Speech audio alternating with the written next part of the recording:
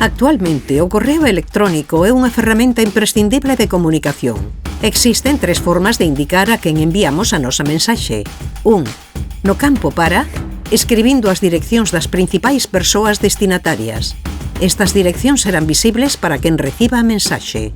2. No campo CC, indicando as direccións das persoas as que queres manter o tanto do asunto da mensaxe. Son visibles para quen a reciba. 3. E no campo CCO, utiliza esta opción cando envías unha mensaxe a varias persoas que non se coñecen entre sí. As súas direccións quedarán ocultas. Con iso estás a respectar a súa privacidade e cumprindo coa normativa de protección de datos persoais.